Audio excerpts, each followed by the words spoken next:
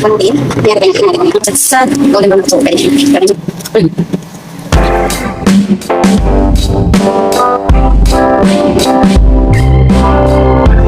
today gagawa po tayo ng fried dumpling. First of all, prepare you.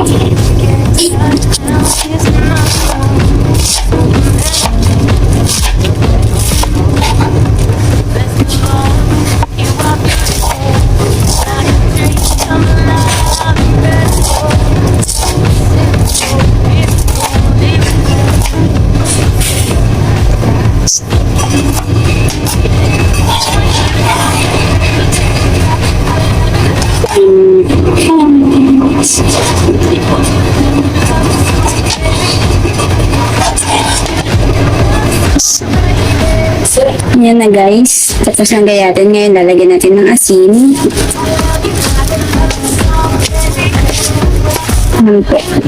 Tapos set aside lang natin habang nagpe-prepare tayo ng iba. Prepare natin.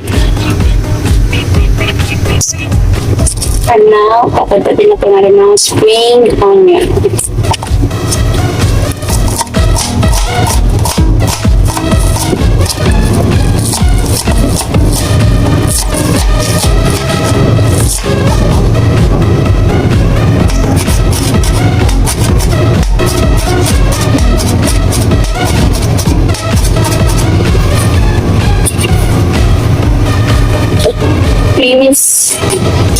Minced pork. Lalo ko na natin sa minced pork.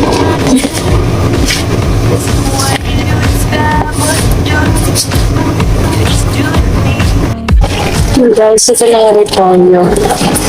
Nakatas na siya.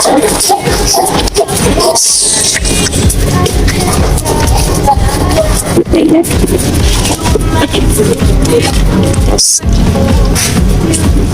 Bigain mo po.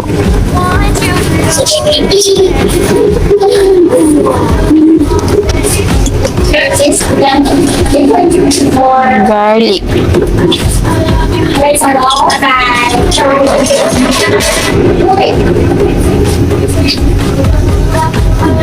Cornstarch. 2, 3 teaspoon. 4,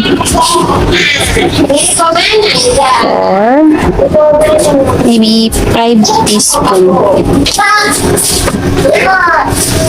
Sesame oil. This one.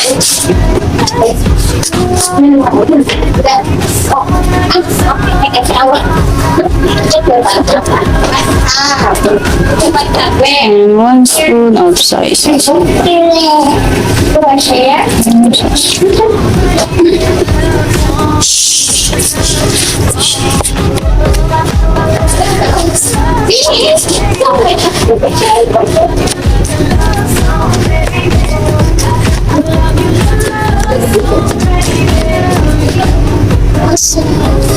And ginger.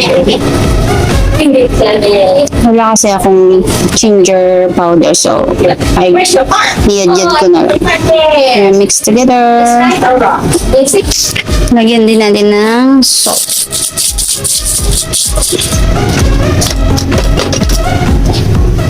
Hindi ako naglagay ng paminta kasi wala naman sa ingredients. So, let's do it! Babalutin natin ang dumpling. Basa yung basa.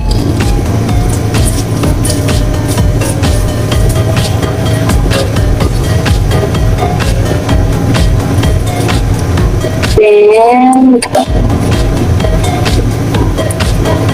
marami pa sa konti. Balot.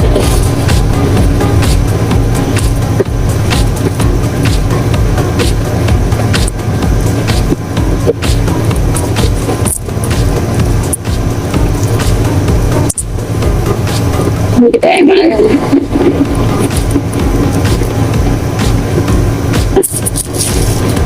Okay. Okay na yun.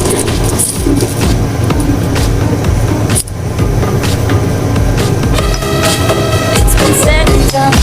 Every beautiful thought's been already sung.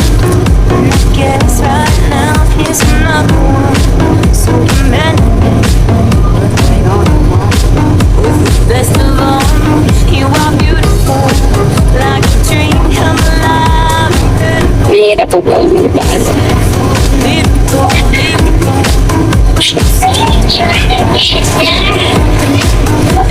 want you to know, baby, I love you like a love song, baby. I love you like a love song, baby. I love you like a love song, baby. I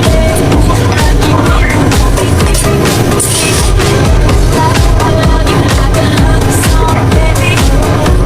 I love you like a love song, baby. I love you like a love song, baby.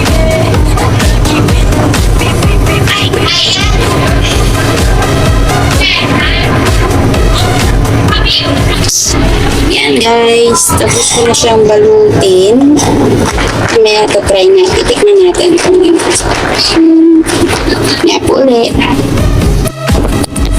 Magluluto na po tayo ng dumpling, fried dumpling. Try natin.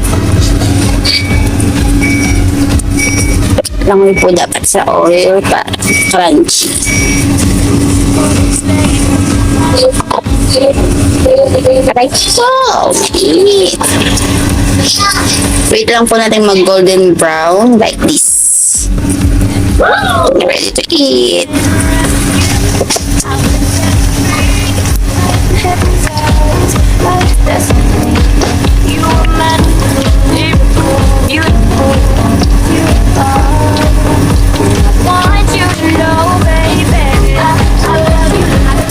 Wait lang natin maging golden brown mga kasagsag.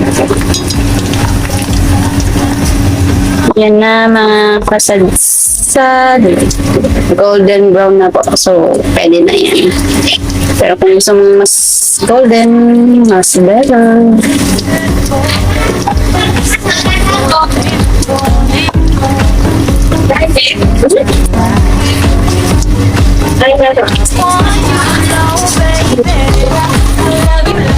Titikman na po natin ang dumpling.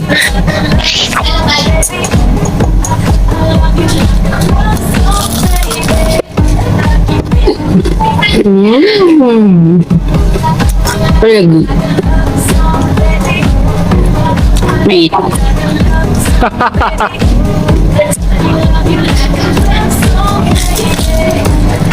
Wow.